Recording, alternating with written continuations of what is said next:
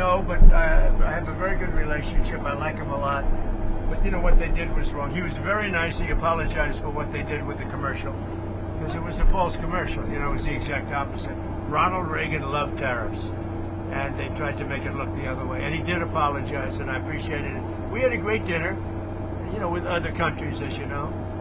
And I think we have a very good relationship personally. I think that what they did was wrong, but he apologized. You talked to the Prime Minister about this, and what's I mean, he was pretty measured in Malaysia today. Sure. About you and about this situation. But how are relations with the Prime Minister? Are things strained now because of what's happened? Not at all. He saw the ad before I put it out, so did his chief of staff. They both saw it, and we moved forward on it. But again, we achieved our goal. You know, as we say, mission accomplished. It was done. They're talking about it in the U.S., and they weren't talking about it before I put the ad on. So I'm glad that Ronald Reagan was a free trade. Boy, oh boy, oh boy, oh boy, oh boy. I gotta tell you guys, old Canada is falling apart due to Trump derangement, okay? Trump derangement basically destroys anybody that gets infected with the disease at this point, right? Like the Democrat Party, right? They're currently being destroyed by the far left due to Trump derangement. Canada, as a country, is being destroyed because of Trump derangement, as President Trump has basically canceled trade talks with Canada due to the Trump deranged ad that was coordinated and financed by the Ontario government, thanks to unhinged Trump deranged premier Doug Ford, who decided it would be a good idea to spend $75 million of their taxpayer dollars to air this ad in the United States of America targeting Republicans. And this dude is doubling and tripling down on running more propaganda at the American people because he's upset with the fact that President Trump is actually trying to create some fairness when it comes to trade between the United States and Canada. Well, it appears a $75 million ad campaign that reached 11.4 billion people worldwide and sparked a political spat wasn't quite enough for Premier Doug Ford. He is once again reaching out to American audiences to condemn U.S. tariffs on Canada, this time tapping into Blue Jays' pride to drive his message home. Doug Ford's op-ed was published in the Washington Post on Friday ahead of Game 6 of the World Series. In it, he writes, "For the first time in more than 3 decades, the Toronto Blue Jays are competing for the World Series, and the timing couldn't be better. Canada and the United States are neighbors, allies, and best friends. Free trade between our two countries has ushered in decades of unprecedented wealth and prosperity, creating millions of jobs on both sides of the border. U.S. tariffs on Canada's economy have tested this long-standing partnership." But it made the point about being cross-border friends, that baseball is one of those sports that you do compete, but you have a level playing field, and I think that's what he was getting at. The op-ed was published just a week after Ford's anti-tariff ad campaign featuring former Republican President Ronald Reagan triggered Donald Trump to cancel trade talks with Canada. The best ad that ever ran. Earlier this week, Doug Ford staunchly defended the ad, telling reporters his anti-tariff messaging was effectively getting through to Americans, arguing Trump would use any excuse to stop trade talks. If it wasn't the ad, he'd look out the door or the window, President Trump, and say, oh, the leaves have turned color. Let's stop. Believe me, President Trump is not putting a deal together to benefit Canada. Should the fact that Trump canceled trade talks give the premier pause before he puts out more of this messaging to Americans? Well, I don't think it stopped him because he's already put out an op-ed. But the reality is that we don't know what's going on at the trade table. And you can't be seen to be sitting on the sidelines sort of going, well, you know what, I'm going to take a pass on this while you people negotiate. Yeah, well, there's one problem. Doug Ford is a premier, right? He's not a part of the actual federal government of Canada that is a part of these trade negotiations. He's a premier, right? Which I guess would be the equivalent of a governor in the United States of America, right? Like, you're not the guy that is responsible for being involved with these trade talks. And when you put out this ad, you're undermining the government, the federal government that is trying to negotiate with the United States of America, okay? Mainly your Prime Minister, Mark Carney, who, by the way, ran on Trump derangement. I mean, the only reason this guy is Prime Minister literally is because of Trump derangement, okay? And it really kind of backs up President Trump's point about how Canada really is the 51st state because, one, they appear to be dependent on us, and then two, on top of that, we can determine the outcome of their elections because they literally voted for a guy that they would not have voted for had it not been for the United States making Trump the president, right? So again, it's just very fascinating to see our 51st state collapse before our very eyes because it seems as if there's some friction going on, okay? There is some backstabbing, right? Some throwing under the bus that is happening, okay, amongst Canadian politicians because Mark Carney is now issuing an apology to President Trump over this ad, and he's claiming that he didn't sign off on it. Let's listen to Mark Carney address questions from the media about the current trade negotiations that are not happening between the United States and Canada. Mackenzie Gray with Global News. Did you apologize to Donald Trump about Ontario's anti-tariff ad? I did. I did apologize to the president. President was offended by the act, or by the ad, rather. And it's not something I would have done, which is to put in place that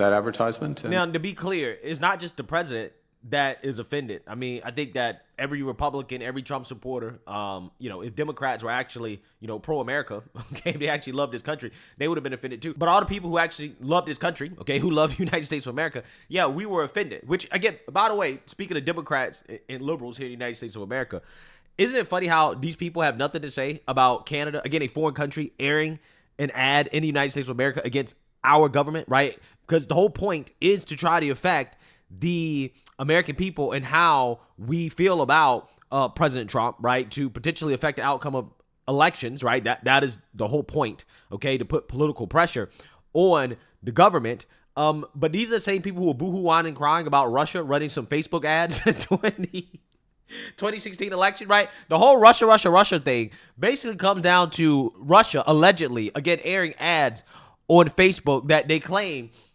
made black people not vote for Hillary Clinton, right? That is essentially the whole Russia thing in a nutshell. So again, they made a whole big thing about that, okay? But when it comes to this, silence, right? Crickets. Democrats, liberals don't really have much to say about it.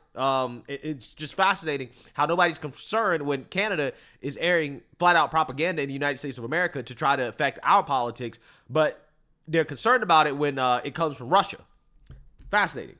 I'm the one, in English, I'm the one who is responsible in my role as Prime Minister for the relationship with the President of the United States, and the federal government is responsible for the foreign relationship with the U.S. government. So things happen, we take the good with the bad, and I apologize to him. That he viewed the ad with you in advance of it going to air.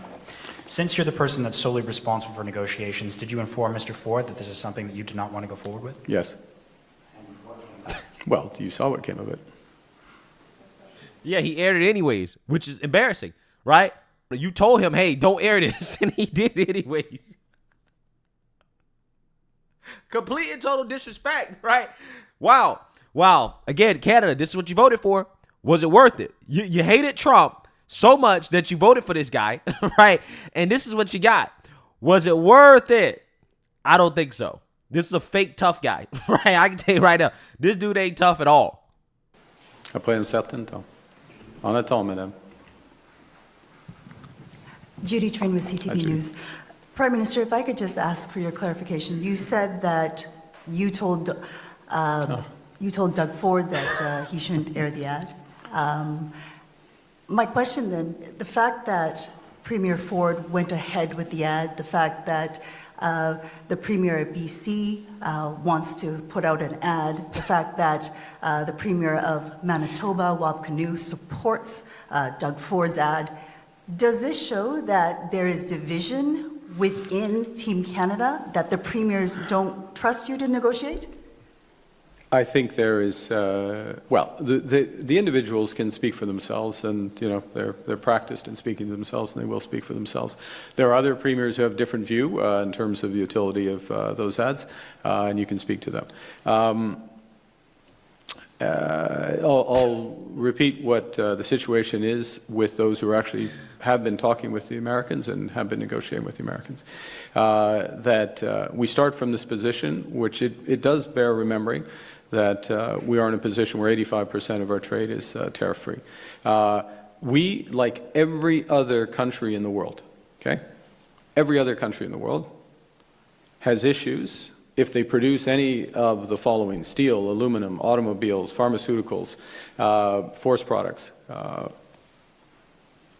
with 232, so-called 232 tariffs in the United States. And so that's what we're having discussions with, or that's what we were having discussions with with the Americans. That's where we're negotiating. We were making progress. Those talks are suspended. That's the situation at present. And it has a couple of implications. One of the core implications is it absolutely validates the strategy we have had from day one, which is to focus on the things we can control. Yes, negotiate with the United States. Of course, that's important. But building Canada at home, which is what this budget is going to do, with generational investments, the scale of investment that this country has never seen before. Yeah, dude, you can't even control your own government, my guy, right? You can't control your own government. The point of the question is that you clearly are claiming that you're against the ad. You apologize to the president for the ad. The trade talks have been canceled because of the ad, but yet you still have these premiers who are not only running these ads, but they are thinking about running more ads. And they're not even a part of the negotiations. So why is it that you don't have control over your own government? Because again, you would think that this guy, tough guy, strong guy, right? You got all that strength to stand up to Trump. Why can't you stand up to your premiers, right? Who, again, are not responsible for negotiating with the United States. They're not a part of the trade talks, but they're undermining the trade talks that this guy claimed they were making progress with. So, again, this is weakness. This is weakness. That's what this is. And it's just so funny to me because he was elected to be a tough guy, to stand up to Trump, right? But he can't even stand up to his own premiers. He can't even get his own team on the same page in order to get Canada a deal. This is how Trump derangement destroys countries. We've seen it destroy the Democrat Party, and now you're seeing it destroy Canada. You can't make this up. You can't make it up. Wow. Wow. This is embarrassing. So embarrassing. That's what this budget is looking to unlock, and to be building new partnerships with countries around the world. And there is no better place to do that than in the fastest growing part of the world that represents 60% of the global economy. We can adjust for the American component of that, but there's everyone else. So if I take it down to a little more than 40% of the global economy, ex the United States. And those are the discussions we're having. And you can see the traction we're getting. Free trade deal with Indonesia, free trade talks now launched with Philippines and Thailand, two of our largest. We already have free trade through something called the CPTPP with a number of those other economies. A turning point in our relationship with China. Progress which we have been making with India. Not part of these meetings, so I didn't meet directly with Prime Minister Modi here. The foreign minister, other ministers have been meeting with India. That's what we're doing to build our strength at home first and foremost, build these partnerships abroad, reduce our reliance on the United States. It can't happen overnight, but we're moving very fast. With respect, Prime Minister, the United States makes up more than 75% of our trade. I'm well aware of that. Yeah. Yes. You apologized to Donald Trump. He's not going back to the table. He has no interest. So what are you doing? What is your next move? Or are you close to striking out? Very clever. No, I just fouled one off. The count is full, but we're battling like the Jays. Look, the next move is on Tuesday. The next move is the budget. It's the budget for this time. The budget the country needs. The budget that gives us control. See, this is one of the things. We can spend our time watching Truth Social, worrying about the reactions of individual things. We are staying calm, okay? We're focusing on what we can control, which first and foremost is how we build at home. And secondly, with our negotiations with the U.S., when they're on, when they come back on, is what's in the best interests of Canada. Not emotional, what's in the best interests of Canada. They will only agree, the Americans will only agree, as is the case in any trade negotiation, something that also is in the U.S. interest. There are a number of things where those interests align. And we'll wait until they're ready. Next question. Follow up. Began. Where and when did you apologize to the president? How did he I respond? saw him. We had dinner. We had dinner together. You saw it. There were a few of you were there, and we had a very good dinner. It was very cordial. And I spoke to him at the dinner privately, obviously. Privately, now it's public. There you go. Thank you. This dude is lost. He's striking out, right? He's striking out. Trump is a tough negotiator. Okay, I think a lot of people underestimate President Trump and his ability to negotiate. And I don't know why, because, I mean, he's a successful businessman. And again, you're kind of seeing the business, right, between Canada and the United States play out on the world stage for everybody to see. And Canada is being embarrassed, man. This is embarrassment. I don't understand what's the point of all this from the Canadian side. Like, what is the point? Like, what are you doing, right? You're saying, hey, we need to rely less on the United States and what? Possibly rely on China, right? I mean, let's be real. That's who they're going to, right? Ian Austin from the New York Times. You described your meeting with President Xi as a turning point in relations with China. What changed to make that happen, and what needs to happen now to make sure that forward momentum continues and things don't reverse again? I think we both described it as such. First point. I think at its core, it is about the way we treat each other, interact with each other. What we were saying earlier, this sort of pragmatic engagement. Where can we engage? Where are we not going to engage? Where do we agree? Where can we build? Where do we disagree? And we're not. And being clear about that. And there may be some bumps along the way when there's some ambiguity, but ironing those out as quickly as possible.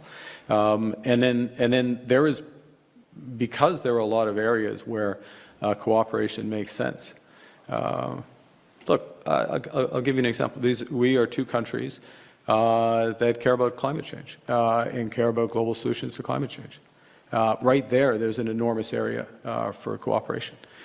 We are two countries, at least Canada traditionally has been a country who understands the international monetary and financial system and the changes in the international monetary and financial system, understand the importance of financial stability, the issues with transition and other aspects. This is an issue when you're the rising economic power. So there's another area of engagement there. So there's a host of places where there is an alignment of issue above and beyond the direct commercial ties. Follow up. And you think that's a good idea? Yeah. Again, Trump derangement. This is what happens when your politicians, when your leaders, when they're Trump deranged. This is what you get. All you had to do is be nice, right? All you had to do. That's the crazy part, right? That's the crazy part because it's so true. That's how you deal with Trump. If you want to negotiate with Trump, right? Look at how the Saudis, the Arabs, right? Look at how they handle it, right? All you got to do is be nice. Show some respect. But again, it's hard for these politicians who, again, ran on Trump derangement. They won because of Trump derangement. It's hard for them to do that because it makes them look weak. But to me, okay, at least from my perspective, the American perspective, you look weaker, right, doing this because clearly you don't have the leverage. Clearly, you can't control your own government. Now, the trade talks with the United States are completely off. It's hurting your people. What are you getting out of this, right? Where is this going? Where is this going? This is a disaster. This is a disaster. But hey, this is what you voted for, Canada. So let me know what you guys think. Make sure you like, comment, and subscribe. Most importantly, share a Black conservative perspective. Peace.